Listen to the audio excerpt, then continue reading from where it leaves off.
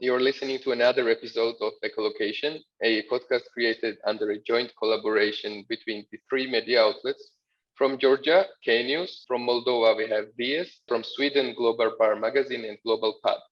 Our aim is to create an eco-through society by inviting young people from all three countries to make their voices heard, but at the same time exchange information and opinions about all sorts of topics of interest for them. The world is changing rapidly, as we all know. Our lives are being heavily affected by the numerous economic, political, and technological developments that shape our daily existence. One of the areas that saw the biggest change is employment and job markets around the world, especially after COVID-19 pandemic. Terms like working from home, freelancing, and remote working became increasingly popular. In this episode, we'll discuss current conditions and trends of future professions that are not so distant in the future anymore. The labor market has been historically quite different in Eastern Europe from the rest of the world. The common features are mainly related to the transition from planned to market economy. They include rapid economic restructuring, sizable worker displacement, and working poverty throughout the last few decades. These problems still persist today for some work categories, such as notably older workers. General regional problems also include misalignment of the education systems with labor market needs, skills mismatch, and including mainly overeducation. Welcome. First of all, let me introduce to you Anna Gibson from Sweden, who is a senior HR person within the fintech industry. I want to welcome Alina Bakalov from Moldova, who is a communications manager at DreamUps and Innovation and Entrepreneurship Accelerator. I want to welcome Elena Gogolashvili from Georgia, who is a manager of Regional Tech Park, a branch of Georgia's National Innovation and Technology Agency. She is closely working with young adults and businesses to make the skills gap as short as possible. I want to get right to the questions.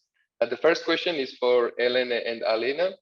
I want to know, what does the job market look like currently in your country, and how has the job market transformed, especially after COVID-19? We can start with Alina.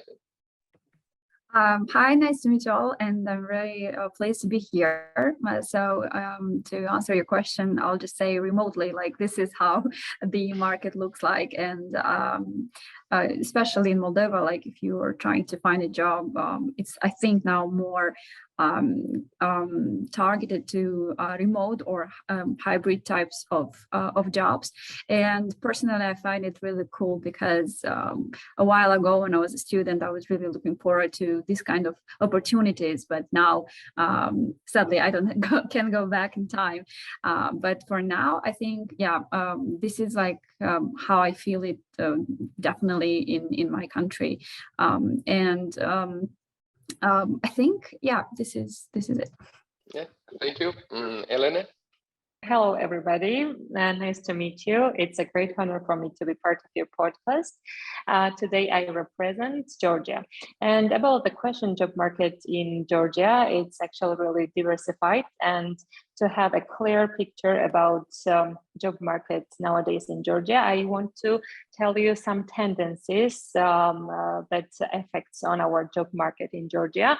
I want to clarify several main tendencies. One of these is that there is a reduced number of employees in our country, in the companies because of COVID pandemic, and surely it increased the job seekers numbers, and there is some problems about this. The second tendency is that in our country there is lack of professional resources, such as, for example, programmers, graphic designers, and even road craft makers. We have lack of professional people.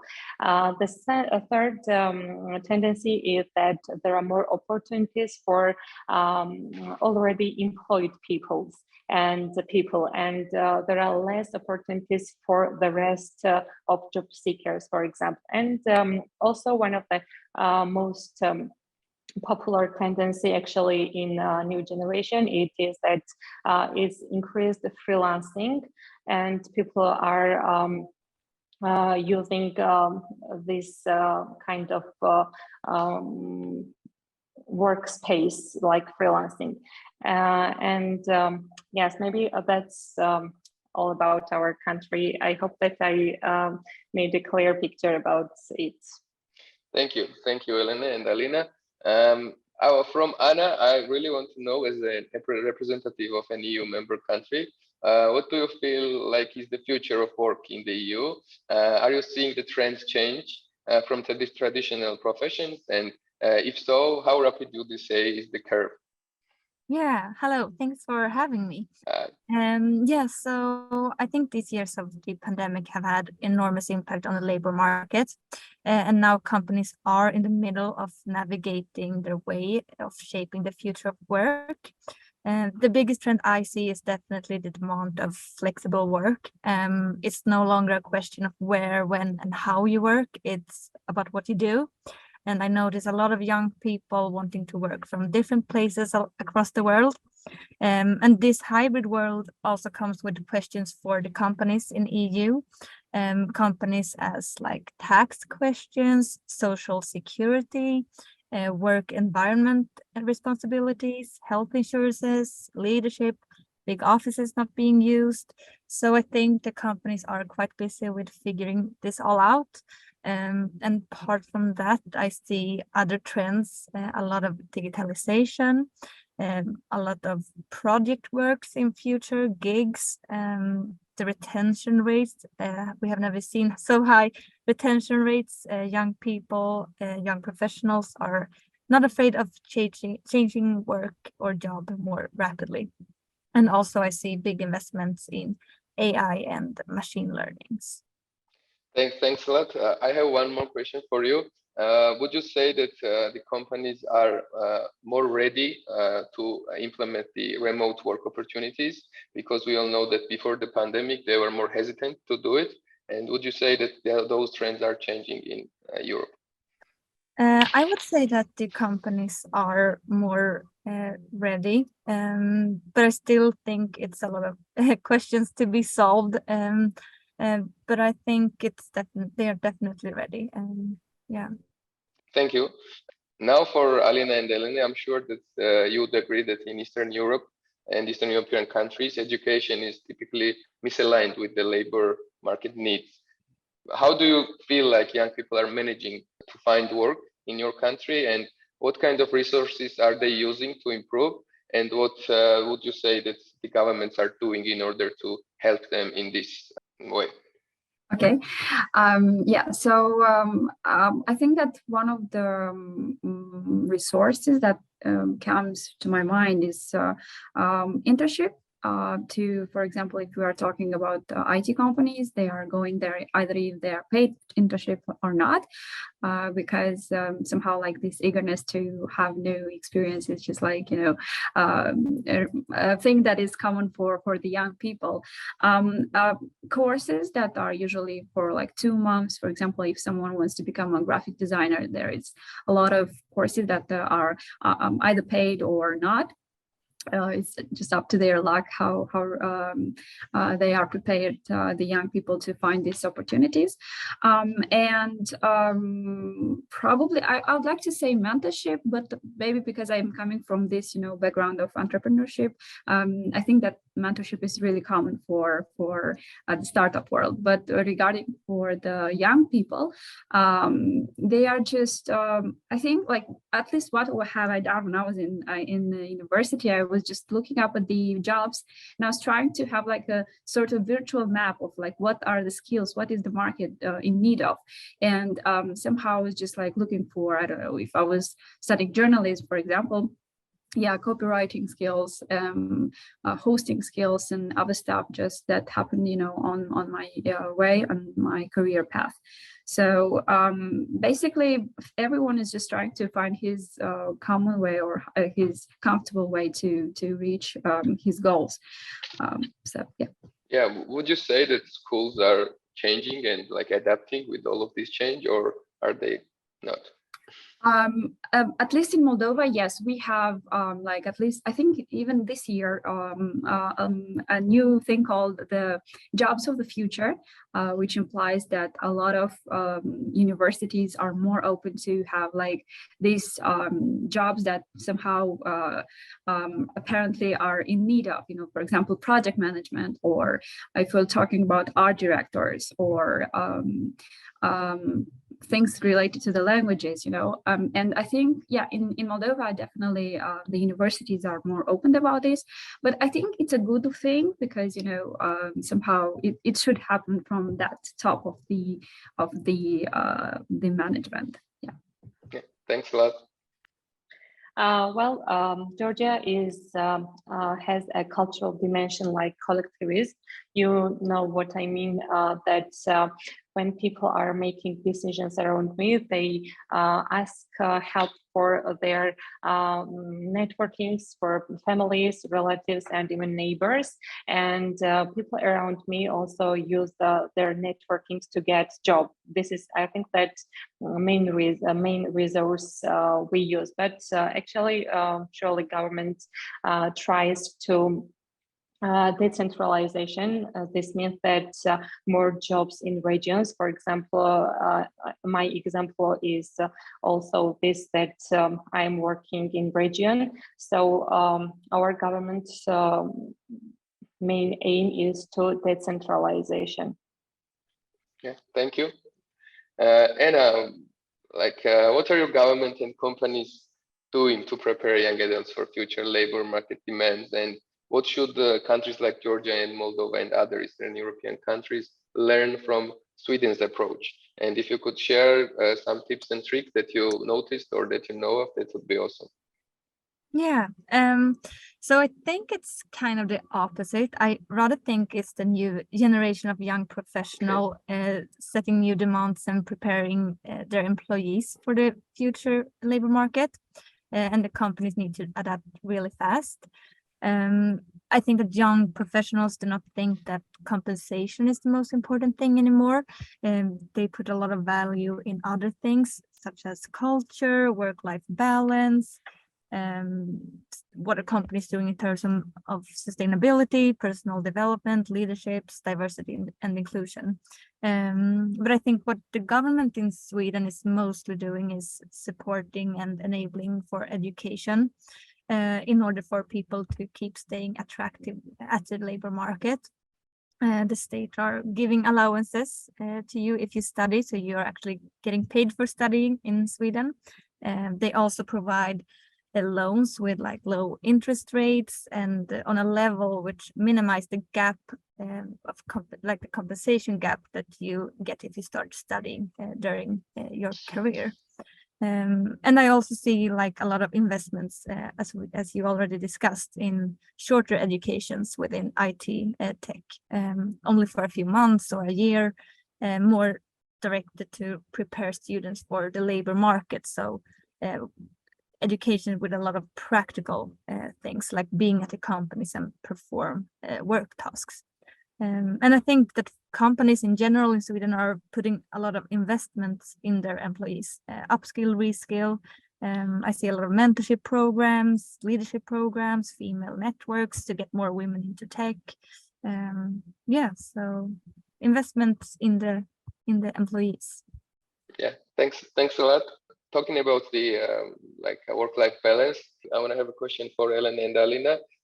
We all know that online workers often report working on atypical hours, such as early in the morning, because most of the remote jobs come from either United States or from United Kingdom and countries like that. So this happens for several reasons. For many, this is because day hours are occupied by either regular employment or by studying or by family responsibilities. For some, this is also because they're engaged in too many projects, or because they have clients located in other parts of the world, as I already mentioned. And how do you feel like this affects young people around the world?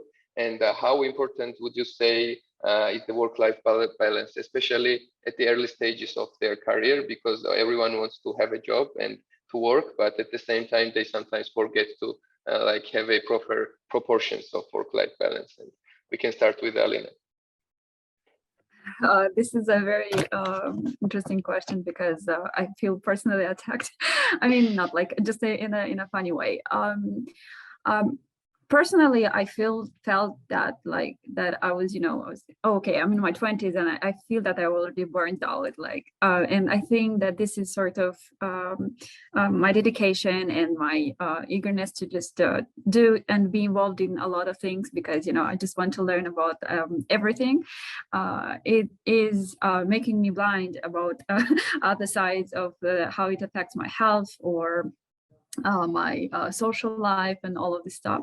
So it's extremely important. Like I think now after having this sort of different, job opportunities and based on my experience, I'm still working on that I want to have this work-life balance. And it's quite complicated to be honest, but and I think that everyone is like, it's just a relatable thing for a lot of young people because since COVID came, there are a lot of tools that you use in order to track your time because somehow you have to have like 7 or 8 hours, and when you actually start to track, you realize that actually maybe you are 6 hours working or 7 hours working, and before you were just doing 1 hour for the on the way to your office. And this work-life balance should be prioritized, and maybe it should be just like a reminder for a lot of young people, because you should know, just don't forget about life. Just enjoy it, because the work comes here to empower you and just to give you strength, not necessarily to be your life. That's my opinion now, having this, as I mentioned, my experience in the past. How do I do that? I'm trying my best just to have like sort of a 9-6 job, even though I work in a startup, community where everything is burning now, like you have to give now. And just having this clear communication with the teammates and setting the boundaries about how do you feel like in sort of environments will really help you to just be more focused on your tasks, for example, and just not be distracted, and then enjoy your rest of the day and and have fun. I think that work-life balance should be equally priority for employee and as employers, because work-life balance has great impact on our productivity at work, as well as on our job engagement, and also generally about our well-being. So I think that when we have burnout, we should try to begin, and there are some tips on for example, in Google, even how to make a work-life balance. And it's actually really difficult to have this balance, but I think it's very important and we should have time for it. Thanks a lot, Alina and Elena. With the growing number of remote work opportunities and freelance offerings, a lot of research indicates a growing class divide in the work opportunities, especially given to women and especially in tech. And how do you feel like this can be improved? And what, for example, I want to start from Sweden, and I want to hear like what are Swedish people doing in order to improve this lack of opportunity, so to say, and what should like countries like Eastern Europe copy or like get suggestions from? Hard question. So I think it's very important for companies to really work with like diversity, equality, and inclusion. I think it's important for companies to realize that companies who has a diverse and equal workplace, they do perform better. And I think it's important to, as a company, make sure that it is just not a nice thing to say, but it needs to be practiced. It needs to be part of the culture. It needs to be connected to the goal settings, like measurements. They need to be like leadership trainings. So that's something that I see a lot of in Sweden, like diversity and inclusion and equality is a goal setting for managers. And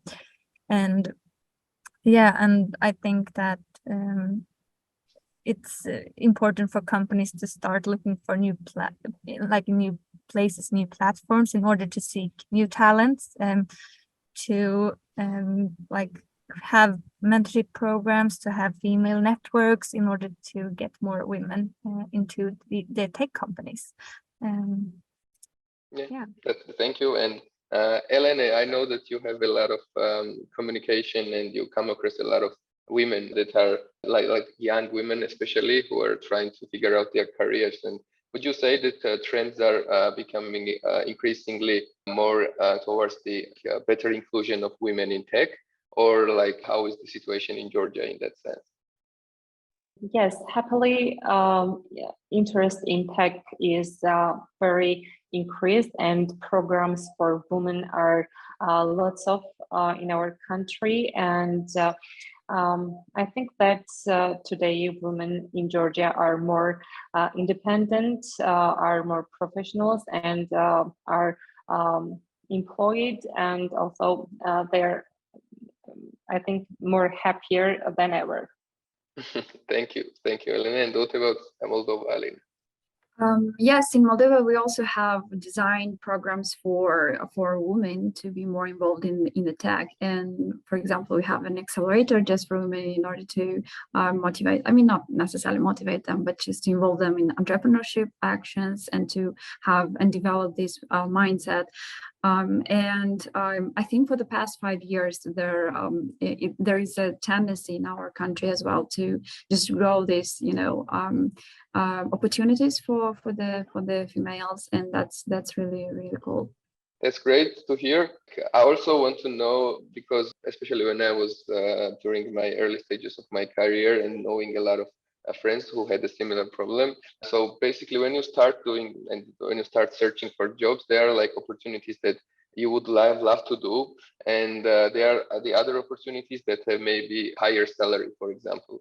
And what do you think? Should you do what you love or whatever gets you more income at the early stages of your career? Especially this question is for Eastern European countries, because the economy is not great, and it's not like, for example, in Sweden, where you have a better opportunity in that sense. And what would your advice be for young listeners? And this question is for all of you.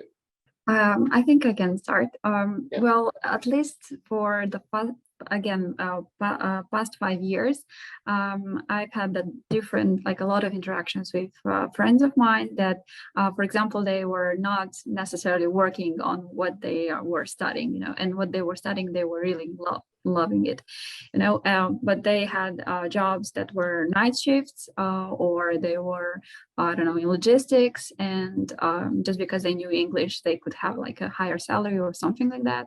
And they were sort of happier, I guess, because they had money, but they were very tired, like all the time. And I think that is sort of the price that you pay if you want to do something that you are not necessarily enjoying. You should be you should understand what are the consequences of your I